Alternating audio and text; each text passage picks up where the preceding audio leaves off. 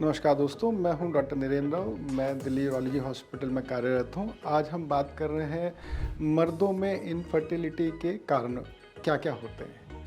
देखिए, आप बाप बनने की कोशिश कर रहे हैं परंतु प्रेगनेंसी नहीं हो पा रही।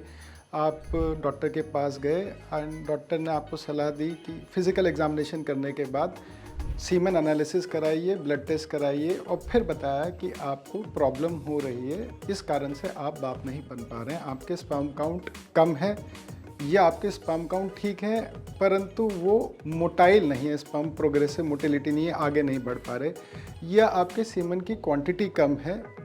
तो इनके कारण क्या है? देखिए, बहुत सारी चीज़ें फिज़िकल एग्ज़ामिनेशन से ही पता चल जाती हैं। यदि आपका एग्ज़ामिनेशन में टेस्टिस का साइज़ थोड़ा छोटा पाया जाता है तो अनुभव ये बताता है कि ऐसे लोगों में स्पर्म का प्रोडक्शन कम हो रहा है। सेकंड, जब एग्ज़ामिनेशन यूरोलॉजिस्ट आपका करते हैं तो देखते हैं कि एक आपके टेस्टिस से 2 ट्यूब पतली आती हैं जिनको वास्ट डिफरेंस बोला जाता है कि वो आपके जन्म से है या नहीं है। कुछ लोगों में जन्म से दोनों ट्यूबें नहीं होती, जिसको congenital bilateral absence of vast difference कहते हैं। ऐसे मर्दों में स्पर्म बन तो रहे हैं परंतु आपके टेस्टिस से आपके सीमेन तक नहीं पहुंच पाते। एक कारण है ये। थर्ड कारण, कुछ लोगों में जन्म से जो टेस्टिस हैं आपकी स्क्रोटम में नहीं है, वो किसी ऑपरेशन के द्वारा ऊपर से नीचे लाई गई हैं, जिसको अनडिसेंडेड टेस्टिस कहते हैं। ऐसे टेस्टिस में स्पर्म प्रोडक्शन भी कम होता है। चौथा कारण, कुछ लोगों में वेरिकोसील होता है जो आमतौर पे लेफ़्ट साइड में ज़्यादा पाया जाता है। वेरिकोसील कुछ नहीं है, वहाँ पे आपकी नसों का गुच्छा बन जाता है जो कि टेस्टिस के साइज़ को अफेक्ट करता है टेम्परेचर बढ़ा होने के कारण। ऐसे लोगों में भी स्पर्म प्रोडक्शन थोड़ा सा कम हो जाता है, या ऐसा पाया जाता है कि स्पर्म प्रोडक्शन तो है पर मोटिलिटी उतनी नहीं है। पांचवा, आपको किसी कारण से चोट पहुंची, एक्सीडेंट हुआ, आपका इरेक्शन इफेक्ट हो गया है। तो जब इरेक्शन इफेक्ट होता है तो इरेक्शन के साथ साथ आपका इजैकुलेशन नहीं हो पाता। ऐसे लोगों में स्पर्म प्रोडक्शन चल रहा है परंतु बाहर नहीं आ पा रहा, या आपको कमर में चोट लगी, स्पाइनल कॉर्ड ट्रॉमा हुआ, रेट्रोग्रेड इजैकुलेशन हो रहा है, स्पर्म आगे नहीं आ पा रहे, ब्लैडर में जा रहे हैं। ये कुछ प्रमुख कारण हैं इनफर्टिलिटी के। साथ साथ अगर आप क्रोनिक स्मोकर हैं, अनकंट्रोल्ड डायबिटिक हैं, तो भी आपका इनफर्टिलिटी के ये प्रमुख कारण हैं। अब इसको ठीक कैसे किया जाता है?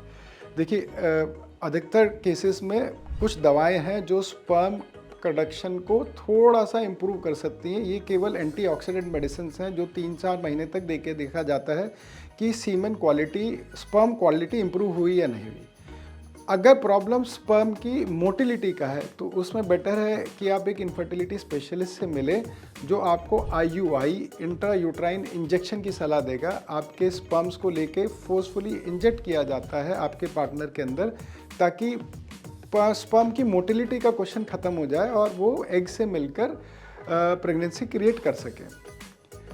अगर आपका सीमेन में स्पर्म बिल्कुल नहीं दिख रहे हैं, अज़ूस्पर्मिया जिसे बोलते हैं, तो डायरेक्ट टेस्टिस के अंदर नीडल डाल के देखा जाता है माइक्रोस्कोप में कि क्या आपका स्पर्म प्रोडक्शन हो रहा है या नहीं। यदि ऐसा है तो ऐसे स्पर्म्स को IVF के लिए यूज़ किया जा सकता है, इंट्रासाइटोप्लाज्मिक स्पर्म इंजेक्शन, ICSI जिसे कहते हैं। हाँ, अगर आपका बिल्कुल ही प्रोडक्शन नहीं है तो आपके पास कोई ऑप्शन नहीं है, you have to go for donor sperm, जिससे कि आपका प्रेगनेंसी अचीव हो पाए। पर other than these techniques, IUI, IVF या फिर आपका डोनर स्पर्म, कोई मैजिकल पिल नहीं है कि अगर आपका स्पर्म प्रोडक्शन नहीं हो रहा तो वो शुरू हो जाएगा, या आपका वास्ट डिफरेंस जन्म से नहीं है तो उस ट्यूब को क्रिएट नहीं किया जा सकता। कभी कभार हाँ, ये ज़रूर है कि वो ट्यूब है, उसमें रुकावट है, उसको एक महीन माइक्रोस्कोपिक सर्जरी से ठीक किया जा सकता है। तो दोस्तों, ये कारण थे और ये उनका सलूशन था मेल इनफर्टिलिटी के लिए। अगर आपको ये वीडियो पसंद आया तो अपने दोस्तों के साथ शेयर करें और अपनी फैमिली को इनके बारे में बताएं। Thank you.